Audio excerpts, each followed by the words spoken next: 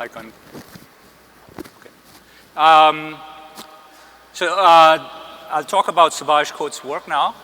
And I'll start by recapping some of the jargon from the citation, which citations invariably do. He defined the unique games problem between P and NP complete and conjecture is hard. Showed how this leads to precise characterization of approximation ratios achievable for various NP complete problem, and also proved some unconditional new results in a variety of areas. So this was a jargon, and I've highlighted in red some of the things I need to explain, which I'll do in the next 10 minutes or so, and then I'll tell you about his work. Okay, so I'll start by reminding you about this area of computational complexity, where our goal is to characterize the computation time needed to solve a computational problem. And what does it mean to characterize? Well, ideally, we should design an algorithm that runs in some time t, which is a time bound we're interested in. And then, having designed such an algorithm, show that no other algorithm runs in that solves a problem runs in time much less than t. So if we can do that, we have characterized the computational complexity of the problem. Now, the human brain seems to be pretty good at designing algorithms, and part A has been quite successful for a variety of problems. Somehow we seem to be missing something, and we've found it very difficult to prove part B. Somehow proving lower bounds on the amount of time required to solve a problem just seems to be beyond our current capabilities. And so since there's been very little progress on B, we try to prove B modulo some conjectures, which are called complexity theory conjectures. And this is where we've been very successful. And today's work that I'll talk about will also be in this vein. And what are these famous conjectures? Well, one I think most of you must have heard about, P versus NP. So quick recap of what P and NP are. So P is a class of problems, informally speaking, where the solution can be found in polynomial time. That's time that runs as n to the c. C is a fixed constant, and is the input size. And P is a set of problems where a good solution can be checked in polynomial time. So we think of polynomial time as efficient. And so here, it's efficient to check a good solution if somebody gives you a solution. Informally, you can think of this as the difference between coming up with a mathematical proof, because once you have a proof, you can check it easily, and actually verifying a proof. So NP corresponds to verifying the proof. NP complete is a set of problems where and a problem set with NP complete if every NP problem reduces to an instance of this problem in polynomial time. So there's thousands of problems known at this point in the last 40 years. Famous ones are traveling salesman, max cut, Boolean satisfiability, integer programming, etc. So one consequence of this definition is that NP-complete problems themselves reduce to each other, which is also very surprising, that all these thousands of different problems reduce to one another. If you can solve one, you can solve the other. The other consequence is that and the P versus NP question asks intuitively whether or not brilliance or creativity can be automated. Because brilliance we think of as the ability, like the fields medalist today, the ability to come up with very interesting proofs, and checking the proof is considered a lower order activity, which is much easier. So if P equals NP, then brilliance or creativity can be automated. And that can be made more precise, actually. What I said about mathematical proofs, if P equals NP, then you can actually find formal mathematical proofs in time that's polynomial in the length of the proof. In other words, polynomial in the time needed to read the proof.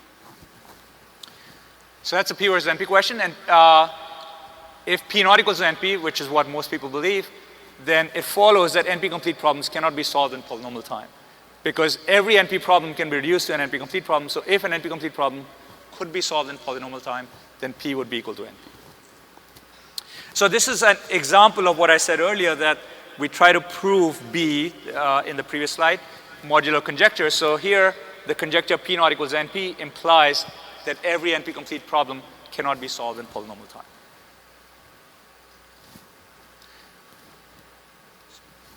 So here's an example of an NP-complete problem that'll be a running example throughout this talk. Max cut. So you're given a graph, so vertices and edges, and your goal is to partition the vertices into two sets so that you maximize the number of cut edges, the edges that go from one side to the other.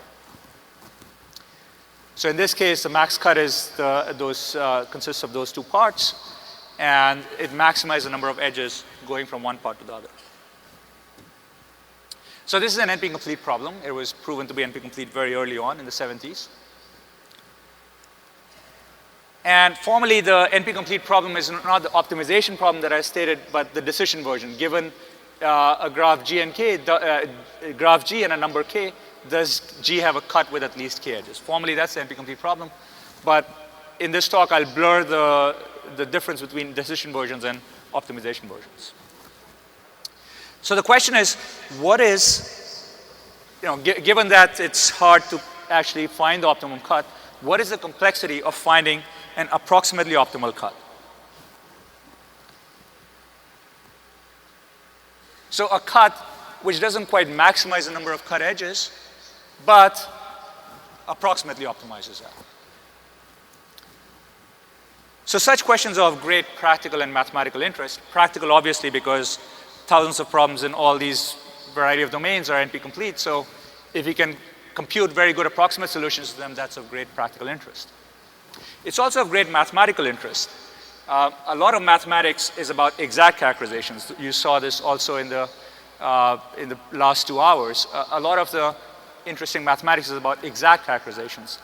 And in order to design approximate solutions, you inherently seem to need a different kind of mathematics involving approximate characterizations. So this question of approximation has been of great interest, as I said. And what we've discovered is that even though these NP-complete problems are equivalent with respect to actual optimization, when it comes to approximation, they seem to be quite different from each other. So approximability seems problem dependent. So the first example is a traveling salesman problem, where you're given a set of cities and you want a salesman tour that visits them all and has a minimum total length. So for this problem, there's an old algorithm from the 70s by Christofides, which comes within 50% of the optimum. So it computes a tour of cost 1.5 times the optimum. So we say that the approximation ratio of this algorithm by Christofides is 1.5. Okay, that's the definition of approximation ratio. For another problem called vertex cover, there's a folklore algorithm, again, going back 40, 50 years, which can find a cover of size 2 times the optimum. And I could go on. There are all kinds of algorithms, hundreds of such approximation algorithms that have been discovered, and there's been tremendous effort in the last 25 years to design approximation algorithms. Notice that it's very counterintuitive that they are approximation algorithms because we don't know what the optimum cost is. And nevertheless, you can design an algorithm that comes within 1.5 of the optimum. Okay, so it's a very counterintuitive notion when you first encounter it. And it uses these approximate characterizations of optimality. Okay, so given that there are all these approximation algorithms and they achieve different kinds of approximation ratios for different problems, the natural question is, are there limits to how well we can approximate? So for instance, this Christofides algorithm has now been around for almost 4 decades. Can we do any better? Or are there limits to how well we can do in polynomial time? And here again, there's been great progress in the last 25 years. So before that, there was almost no progress, but then the last 25 years, there's been a lot of progress. Again, modular conjectures. And Khot's work is going to fit in that context. To explain this progress, let me continue to use max cut. So there's a famous algorithm by Goins and Williamson which finds a cut where the number of edges in the cut is at least 0.878 times the max cut. So notice that it's a maximization problem, so of course no cut has more than that edges, but you can find a cut which has 0.878 times the optimum number of edges. This is a beautiful algorithm. And this 0.878 seems to come from a geometric argument. And it's really bizarre when you first see it. I remember seeing it in grad school when it came out. And everybody around me was saying, come on, this can't be the right way to approximate cuts. You know, it's some geometric algorithm, and this 0.878 is some constant that comes out of a geometric calculation. Actually, it was discussed. I mean, the actual constant comes out of a mathematical calculation. So that's an example of an algorithm. I won't describe how it's done, but it's some geometric algorithm. And then in an effort to understand are there limits to how well you can approximate max cut, people proved a sequence of results. There was a Pcp theorem I was involved in the early 90s and culminated in what's called the Hassad Pcp theorem, which implies that achieving an approximation ratio of 0.95 is not going to be possible if p is not equal to np. So if you can design an algorithm that comes within 0.95 of the optimum in polynomial time, then p equals np. Okay, in other words, this result is saying, as all Pcp theorems say, that approximation is no easier than exact computation, than optimum computation. So this was already a tremendous achievement over a few years. And this is where we were stuck. So these techniques involving probabilistically checkable proofs seem to get stuck at this natural place. Okay, so this is called an inapproximability result because it's showing limits on approximation, assuming a complexity conjecture.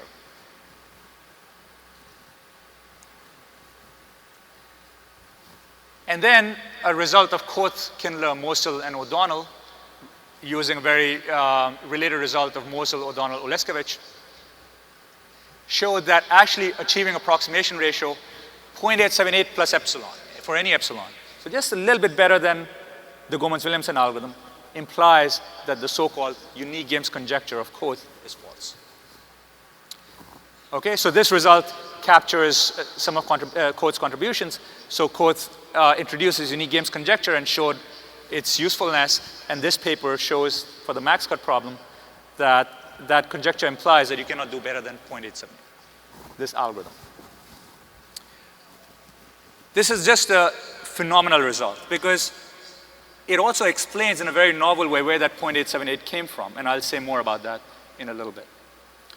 But it was phenomenal because, as I said, when all of us saw that geometric algorithm for max cut, we said, come on, this has got to be a crazy way to do cut algorithms.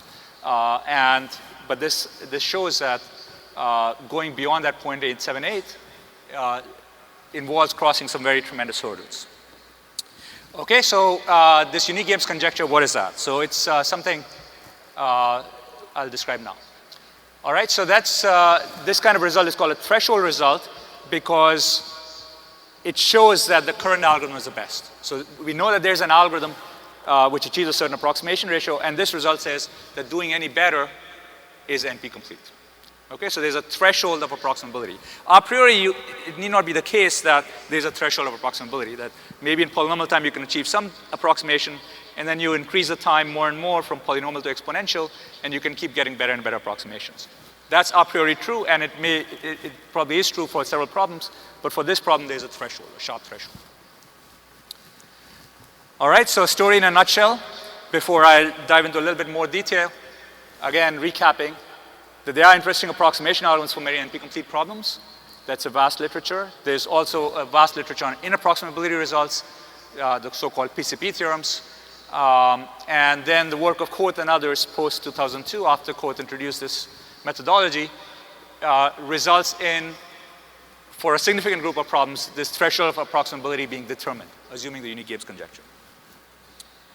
Okay, one interesting thing. So this, I said determined. Now, determined means that I can write out the constant for you, like I did for the max cut 0.878. Well, it turns out that's not quite true. So it's determined in the following sense, that we have an algorithm, and we don't know how well that algorithm does actually. You know, we have some idea, but we don't know precisely. And then that algorithm is optimal. That can be shown. It's a very interesting phenomenon. I'll say more about it now. Okay, so what is this unique Gibbs problem?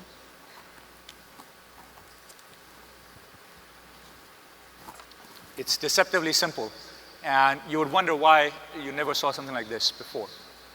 So you're given a set of linear equations modulo prime. The prime is not so important, what the prime is. It's just sufficiently large. And you're trying to find a solution to the variables that satisfies the maximum number of equations.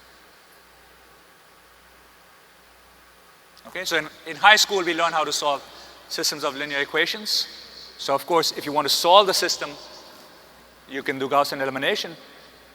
But here, the system is infeasible, and you're trying to find the largest feasible subsystem. Now, there's a simple reason why your high school teacher didn't teach you this, even tell you about this problem, because it's NP-complete. Okay, this becomes a combinatorial problem. But Khot's unigame problem is a very simple case, seemingly simple case of this, where each equation has a simple form, difference of two variables, and the right-hand side is a constant. Why is it called unique game? Well, the original definition was different, and there was something which you would call a game there.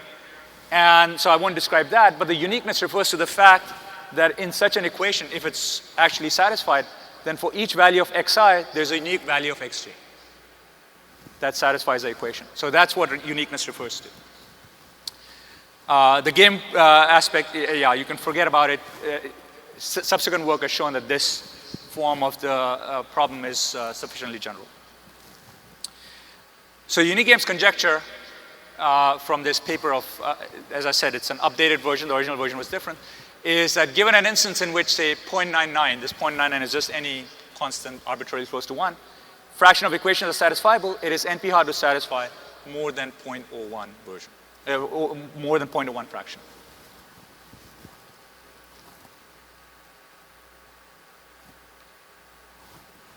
Okay, so it's saying that even if the system is almost satisfiable, you can simultaneously satisfy almost all the equations, it's still NP hard to satisfy even a small fraction. Okay, so actually finding that solution is very difficult.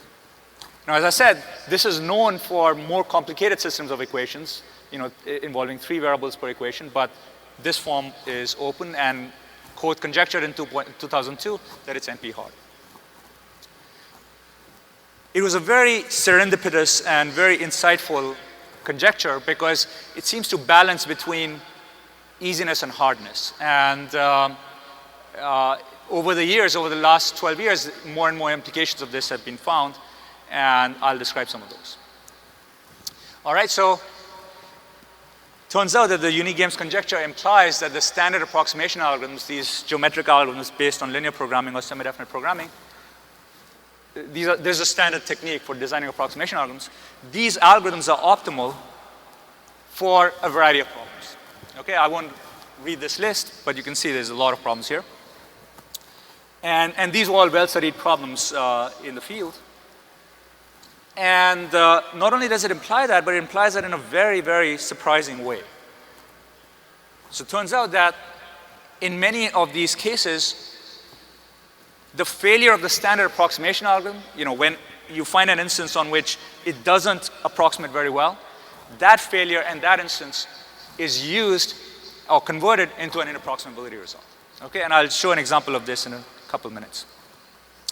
But let me just emphasize what I just said here again. So this is just a cartoon of a man with a dunce cap, and he's saying, told ya. So let me explain what I mean there. So when you're a complexity theorist, and especially if you've written the graduate text on it, you have the circumstance of receiving a lot of letters or emails claiming P equals NP or the converse. And often these are, of course, written by amateurs.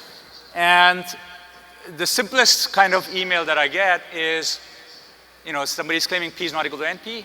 And the proof basically boils down to the following.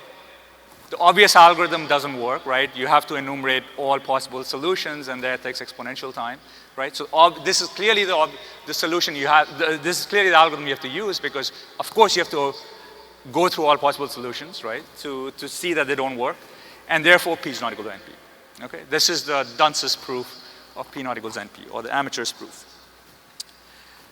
Okay, so it's naive because it's saying that the obvious algorithm I thought of, that didn't work, therefore nobody's algorithm will work, right? And that's clearly not correct. But this unique games conjecture work actually makes that precise in a very surprising way. As I said, you take the standard algorithm using SDP or LP. Okay, I'm not describing that, but you can imagine there's some geometric algorithm. And that particular algorithm, if it fails for any single instance, you can use that instance in a reduction. That's the bread and butter of complexity reductions. And you use that in a reduction and show that no other algorithm will achieve better than that factor. Okay? So I'll describe that in a couple of minutes, but I just wanted to emphasize what a surprising statement this is, okay? That the failure of an algorithm in a single instance is used to prove this general intractability result.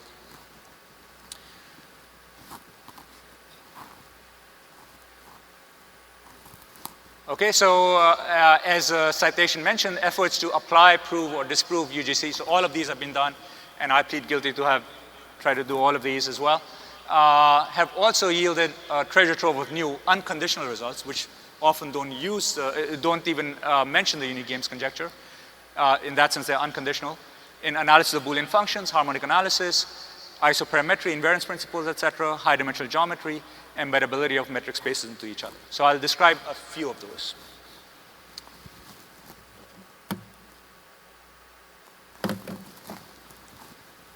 Okay, so analysis of Boolean functions. This is an area that's been very important in this whole area, starting with Hasad's work on the Pcp theorem.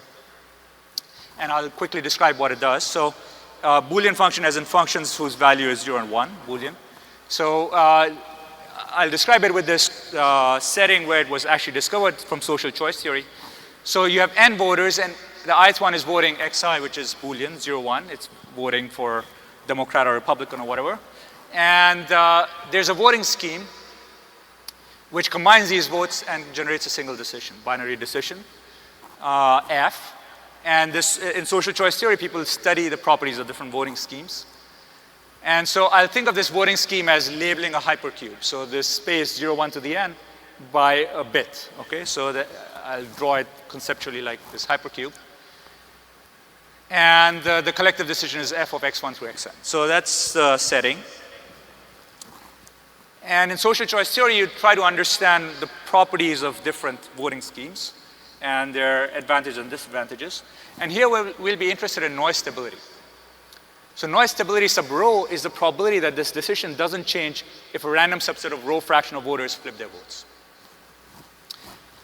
So this is noise stability. And for dictatorship, the simplest voting scheme where there's one dictator in the country whose vote determines the outcome, namely xi, well, this is 1 minus rho, because if you pick a random subset, the probability that the dictator is in that subset is rho.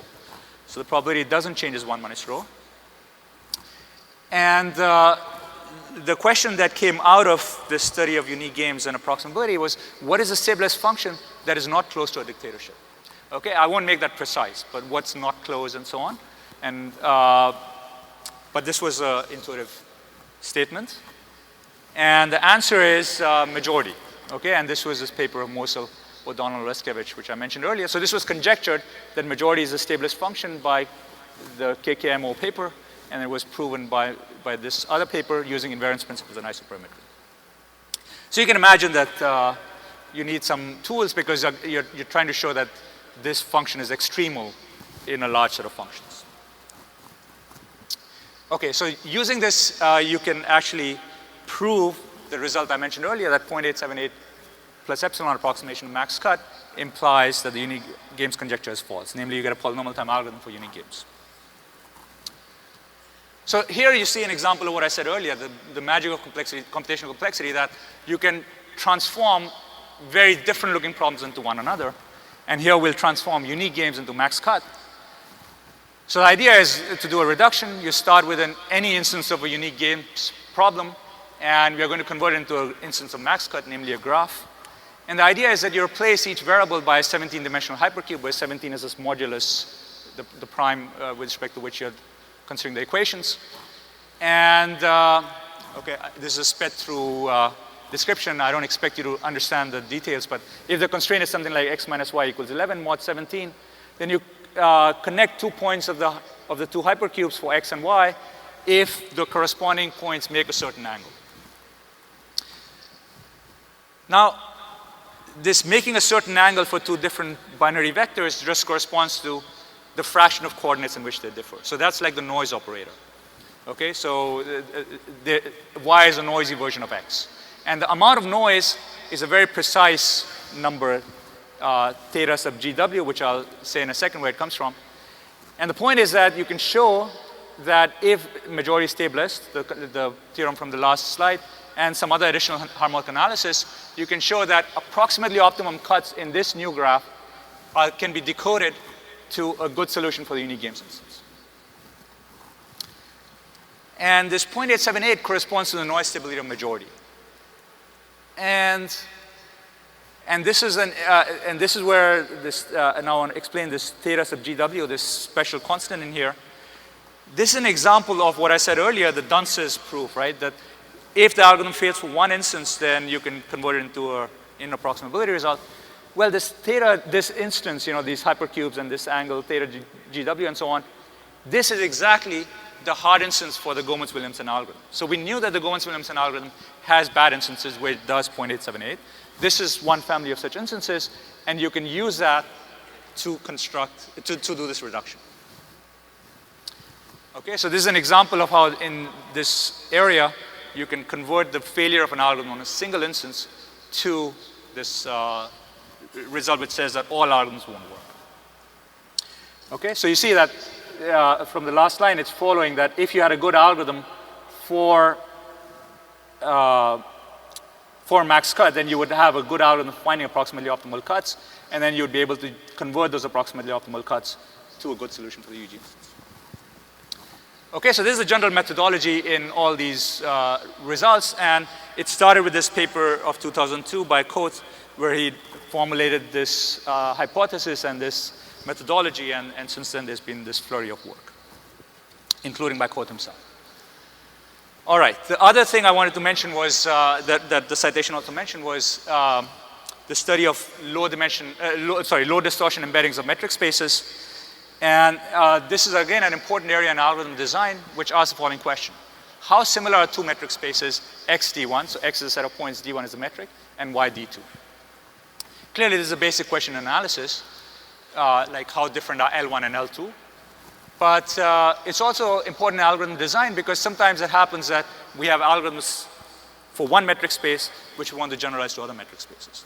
Okay, so it's an important question. Now, one way to formulate how similar two metric spaces are to consider the distortion of mapping one into the other. So the distortion of a mapping from x to y is the smallest constant c, such that the distances in x correspond up to a factor c to distances in y, okay, under this mapping. Okay, there's a scaling factor involved too, which I'm omitting for clarity.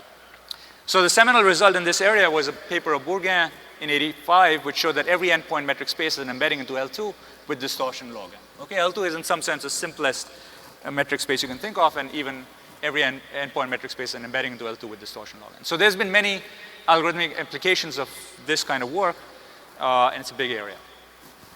So I want to focus on one conjecture which Khot disproved, which is the Gomez linear conjecture, which is a very important conjecture in this area, that every finite metric space of negative type embeds into L1 with constant distortion. So it's the same as L1 up to a constant distortion. And negative type means that it's Euclidean and the squared distances satisfy triangle equality. That won't play any role in what I'll say next. Okay, so turns out that if this conjecture were true, it would yield a constant approximation for many graph partitioning problems, which is a central problem in combinatorial algorithms for graphs.